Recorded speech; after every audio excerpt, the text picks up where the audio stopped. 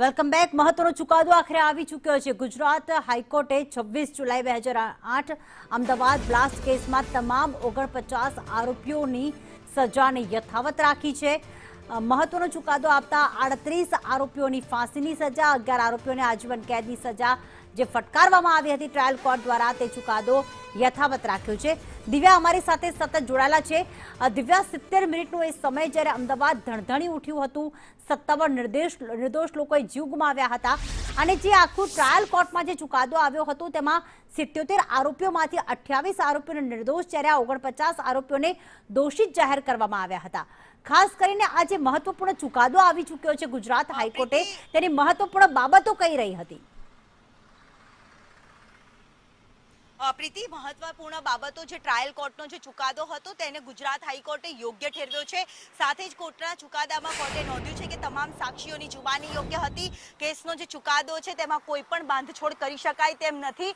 Case ગંભીર છે, અન્ય લોકોએ પણ જિંદગી ગુમાવી હતી, નિર્દોષોના જીવ ગયા હતા અને આ જે આતંકી સંગઠનો સાથે જોડાયેલા હોય તેવા લોકોને બક્ષવામાં ન આવે તે પ્રકારનું અવલોકન પણ ગુજરાત હાઈકોર્ટનું રહેલું છે અને ખાસ કોર્ટનો જે ચુકાદો હતો તેને જ યોગ્ય ગુજરાત હાઈકોર્ટે પણ ઠેરવ્યો હતો અને ખાસ કોર્ટના ચુકાદામાં પણ કોર્ટના મહત્વના અવલોકનો જે સામે આવ્યા હતા તે અવલોકનો ઉપર પણ નજર કરીએ તો ખાસ કોર્ટે કીધું હતું કે 100 થી પણ વધારે લોકોના જીવને જોખમ થયું હતું, 56 થી પણ વધુ લોકોના મૃત્યુ થયા હતા અને જે મૃત્યુ આંક સતત વધ્યો હતો। ગણતરીના મિનિટોમાં જે અમદાવાદમાં અલગ અલગ જગ્યા ઉપર જે બ્લાસ્ટ થયા હતા અને જે બ્લાસ્ટમાં આખું અમદાવાદ ધમધમી ઉઠ્યું હતું, ડરનો જે માહોલ ઊભો થયો હતો, સાથે જે ગોજારો દિવસ ક્યારેય કોઈ ભૂલી નહીં શકે તેવું કહીએ તો કોઈ નવાઈ નથી અને એ જ ચુકાદાના આધારે કોર્ટે પણ જે ચુકાદો આપ્યો હતો। મહત્વપૂર્ણ આ કેસમાં સુનાવણી એટલા માટે રહી કે 2 વર્ષથી પણ વધારે સમયગાળો રહ્યો હતો કે સતત કોર્ટમાં ડે ટુ ડે સુનાવણી ચાલતી હતી। એવાય કોગજે ગુજરાત હાઈકોર્ટના જજ રહેલા છે